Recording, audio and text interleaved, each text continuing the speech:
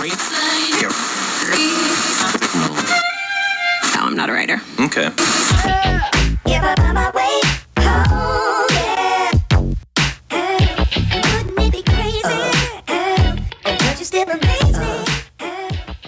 What is up, guys? Mark here with another Gaming with the Guys podcast, and today we're going to be doing something a little different. We got a hot gaming topic in the Fortnite community, and we'll also be doing some Royal Rumble reactions. But before we get started, let me throw it over to my co-host Kyle with an update on games he's been playing this week. What's going on, guys? As always, I'm playing. This week, I've been playing a little bit of Forza Motorsport 7, a little bit of Fortnite, and some PUBG this week. And I'm getting ready for a Smash Bros. Tournament maybe in the near future, but we'll talk about that later. Yeah, that's going to be exciting, but let's get into it. For the topic today, we're going to be talking about why Fortnite on the PS4, it could be slowly declining, and it's because we have cross-platform play on the PS4. Now, for those who don't know what it means, that means PC gamers are able to join games in which their PS4 friend, they've both registered their gamer names on the Epic website, and they're able to play games together. Now, that's a big deal because, as most people know, keyboard and mouse has an advantage over the gaming controllers, your Xbox controllers, your PS4 controllers. And so that's a huge advantage. And also, something nobody talks about is the input lag that shifting not only through weapons but buttons has, where computer doesn't have this. They have hotkeys, so they don't experience that input lag. Now, I know a lot of you guys are like, who cares, Mark? It's Fortnite. It's a casual game. But I would say at the upper levels, when you're really going for wins and you're trying to get that first solo win, I know Kyle's looking for his first, this can be devastating. It's hard enough winning these games with all the randomness in the circle, but then to know PC players can play as well. Oh, wow. I don't know, Kyle. How do you feel about that? Well, honestly, Mark, I think you're being nice earlier when you say it's declining. Right now, Fortnite on PS4 is dead. If you're still playing on PS4 Fortnite, I don't know what you're doing. You obviously don't like to win. You obviously don't care about anything. Epic Games. This is a cry for help from Gaming with the Guys right now. We're not here. We're not casual gamers. You are ruining Fortnite on PS4. Don't do that. Switch it back. PS4 plays with PS4, and let computer gamers play with computer gamers. Yeah, that makes 100% sense to me. I don't get this. I don't understand why this is a thing. It just shouldn't be. Why?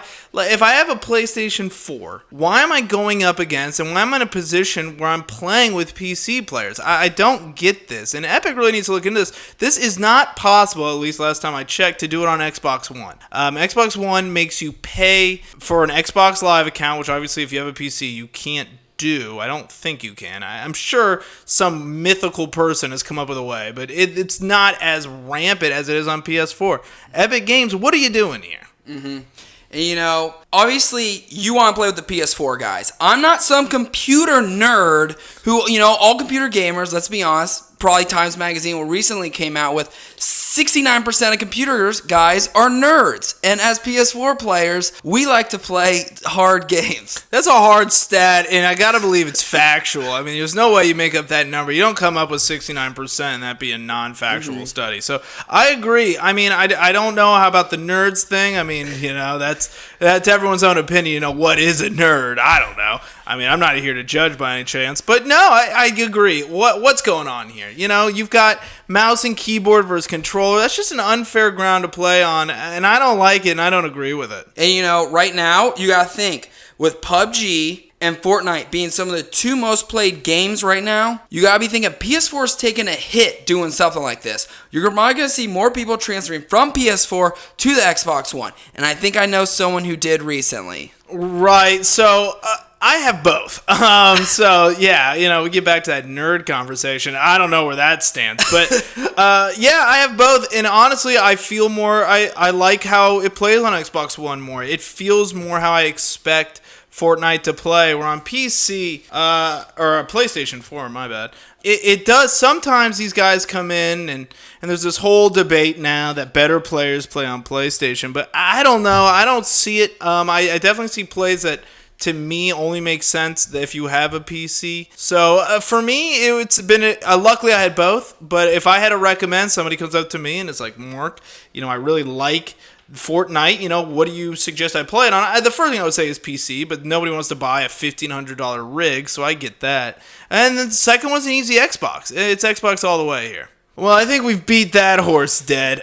So let's go on. Let's move on to now this is something Game with the Guys hasn't brought to you before, and this is our wrestling. Me and Kyle, we've been wrestling fans for a little bit. And we thought maybe we would start doing maybe not Raw and SmackDown because that would just get really just repeated. Maybe just more recapping pay-per-views for you guys, Right, well, we're testing the waters here. If people like this, maybe we will do Raws, SmackDowns, or we'll keep it at pay-per-views. It's kind of, we have the WWE Network again, that whole nerd comment. But we've got that, so, we'll bring you reviews. I'm sure you guys busy out there, so, we'll bring you reviews and recaps in case you weren't able to see it or, just haven't watched wrestling in a while. So kicking off the Royal Rumble. We're not going to talk about any of the pre-show matches just because it'll take too long. But we're going to start with the very first match, which was huge. It was the WWE Championship as the first match. AJ Styles versus Kevin Owens and Sami Zayn. Mark, first thoughts on this?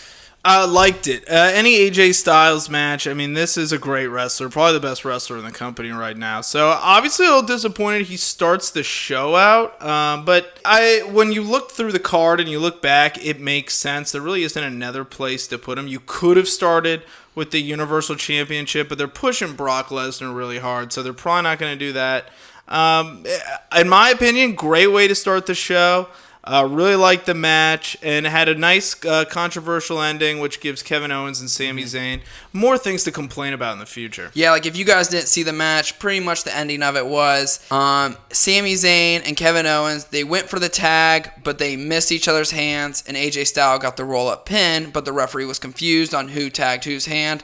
So it keeps the belt on AJ Styles, which is huge, but it also doesn't hurt like Kevin Owens or Sami Zayn on being like the strongest competitors. Yeah, and that's nice. You want to protect all these guys as much as you can. Sami Zayn and Kevin Owens, two very popular guys in your company, and they've got a really good gimmick running here. So, yeah, no reason to bury them by any stretch, and it's a good ending, and we got some more Shane McMahon drama at the end. So anytime you can do that, it's good. Overall, I would say a very good way to start the show and a good match. All right, so let's move on to the next match, which was the SmackDown Tag Team Championship. The Usos versus Chad Gable and Shelton Benjamin. It was a 2 out of 3 fall match. Mark, what are your first thoughts? The Usos are great, a really good tag team in the WWE right now. I don't like the gimmick of 2 of 3 match and then they win 2 in a row. Why have it? This could easily have been a 1 fall match. And you would have gotten the exact same drama. So yeah. I understand why they're doing it. I get 2 out of 3, and then they get 2 right away. So there's, it takes away some of the predictability. You don't just do a 1-1 and then it comes down to the final pinfall. But, if you're really not going to utilize it, and especially with how fast. They get the first fall after hitting a bunch of kicks. And then the second was just a quick roll-up pin. If you're going to end it that way, I don't understand why it was a 2 of 3 match. Yeah, I agree. You still got to keep the 2 out of 3s fall matches. Probably the last 2 I've watched, they both ended, it came down to each team got a pin. But, yeah, you're right. With something like this, they could have just done 1 pin. All right, let's move on to the Men's Royal Rumble. Now, we could sit here and go through every pick, but let's just kind of talk about the last 4. We had John Cena, Roman Reigns, Shinsuke, and Finn. And clearly I liked this because obviously no one wanted to see John Cena win. No one wanted to see Roman Reigns win. So you had 2 guys no one wanted to see win, and then maybe 2 other guys that the Finn and Shinsuke, we both wanted to win, Yeah, I really liked how this match was. I think WWE did a really good job of playing off of everyone's fears in Philadelphia. Philadelphia is a really loud crowd, and can be kind of obnoxious, but you could feel them building, and even from watching it, just the fear of seeing, especially at the end with Shinsuke and Roman Reigns, the fear that they thought Shinsuke was going to lose. So I really like that. I think the WWE did a great job with this, especially at the end with Cena and Roman and Shinsuke. They did a good job of just playing to the fans here, and finally we get a Royal Rumble champion that we wanted to see win. Which was Shinsuke, in case you guys guys didn't know that. And then let's move on to what was after the Royal Rumble. And, I mean, it was disappointing, but honestly, any match after the Royal Rumble was always going to be disappointing. You can't have such a big event happen and then throw a match in right after without the crowd being completely dead, especially after that finish. But it was Seth Rollins and Jason Jordan versus The Bar. Yeah, I mean, and it's just clear nobody likes Jason Jordan at this point. They need to change his gimmick up or something. I mean, it's pretty painful. He is hurt, so I get why he sat out most of the match. But I feel, it's not that The Bar or Seth Rollins did anything bad in this match. It's just, you look at it, and it's after the Royal Rumble, especially after what we got. You get that such a very good win, and then we get the AJ Styles, Shinsuke Nakamura setup. You're going to be emotionally drained after it. And again, I don't think there was very much. It didn't. I mean, Seth Rollins versus The Bar, we've seen it. The Bar has just been around for forever now, so I'm not surprised that this got the kind of dead reaction it did. Yeah, so The Bar The Bar won at the end, but it was eh. And then we moved on to the Universal Championship, which was one of the bigger matches. I mean, I was pumped for it, so it kind of got the crowd back up. Brock Lesnar versus Braun Strowman versus Kane. And, I mean, it was pretty clearly obvious that Kane was probably going to take the fall. Brock Lesnar was going to pin him, and Braun Strowman will still stay strong and move into WrestleMania, and Brock will hold on to the belt for 365 days, I'm assuming, unless Vince changes his mind. But I loved the match. I mean, there was a few weird moments there, especially when Braun just kind of fell into the table at the corner of the ring for no reason. Yeah, this match, it was good. I liked the carnage. That was pretty cool. Kane didn't look very good. I mean, he looked like, what's he doing in there? I mean, he looked thick and old. Yeah, he was a little bit of a hindrance almost. A little funny spot when Braun absolutely clocked Brock in the head with that knee, and then Brock just gave him a body punch, then punched him right in the face. So, hopefully there's no heat between those guys going forward. I think WWE knows what they have in Braun Strowman. I'm sure Brock does too. But outside of that, good match. I mean, it was exactly what I thought it'd be.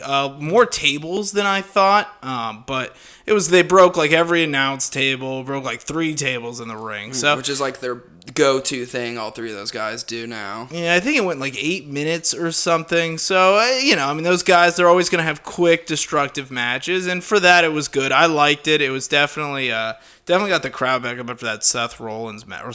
Mm-hmm. And then we watched history last night. The Women's Royal Rumble. The first one ever, which I wasn't too sure how that was going to work because I think there's only 16 women in the division even. So you need to fill a 30-person roster out there. But overall, I actually enjoyed it a lot. There were some moments where I didn't even actually know who was in the ring at the time because they had that stipulation where you can roll out from under the rope and then come back in. But I loved it. What are your thoughts, Mark? Yeah, I would have liked if they would have, kept us more informed on who was in the match and who wasn't. I felt like at times you would just forget who was in, and then they just come out of nowhere and then either get quickly eliminated or eliminate someone else. Really liked the match.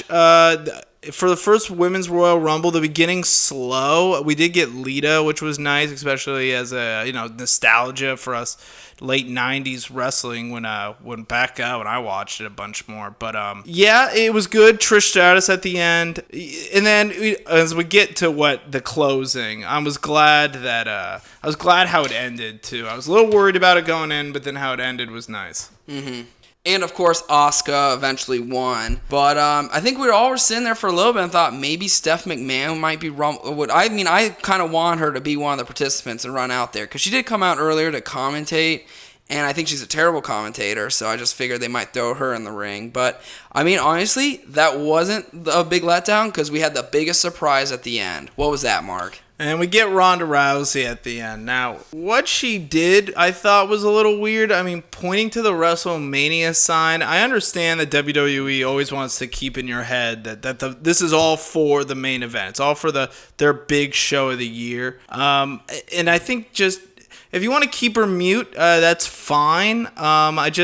Maybe she just points and then walks. I didn't really get it. Yeah, guys, it was getting to the point where it was awkward. She ran out onto the entrance, pointed at the WrestleMania sign, ran into the ring, or did like this awkward loop around the ring. She was trying to have like this meme face, but she kept smiling back and forth. And then she jumps in the ring, points back at the sign, does like this, like tries to give some handshakes, and then points back at the sign, runs back the ramp, before she exits, points again back at the sign. It was a little weird. Yeah, I get it, but I don't understand why that's what they did. And then we have to believe, like, Ronda and Stephanie McMahon shake hands, like, somehow Stephanie McMahon doesn't know, like, what's going on. Like, I mean, come on with that. The only part I did like was when Asuka hit Ronda's hand away. I think that's good. That's exciting to see. I'm sure they'll have a really nice build at some point for a match for them. So that's exciting. I like that. But, yeah, the whole pointing at the WrestleMania, to do it initially, fine. I think that's cool. Or at the very end would have been cool. But to, like, keep doing it, man, I don't know. It just kind of was weird. Mm-hmm. Well, I guess just some closing remarks on the Royal Rumble. I personally loved it. Mark, what did you think? Great show. One of the best pay-per-views I've seen in a while. I really liked it. I think the booking on it was perfect for it was perfect, honestly. And what we got was great. You know, anytime you watch one of these wrestling, quote-unquote pay-per-views now, that gets you hype, I like that a lot. And this one definitely did. It hit all the chords I like in wrestling, and it gave me something, it gives you something to look forward to. I don't think I've been this excited for a WrestleMania, maybe ever. Good job. So yeah, if you guys enjoyed this podcast, please like, comment, subscribe, maybe even comment if someone has a computer. I mean, I personally think they're a nerd, but if someone has a PS4 and an Xbox One, are we calling them a nerd or not? Well, yeah, and do you guys even care? Cross-platform play. I know we got a little hyped about it, but, is that something you guys are thinking about? I bet a lot of people didn't even know. You're playing duos and some guy snipes you across the map and you think he's a great player and he's actually playing on PC. So, again, just let us know. Like, comment, subscribe, follow us on Twitter at broforce1.com. Follow us on Instagram. And check out the website, www.broforce1.com. And thank you for listening. And as always, ciao. 7, 6, 5, 4, 3, 2, 1. You'll never have the sacred stone. Oh, this you crazy mother...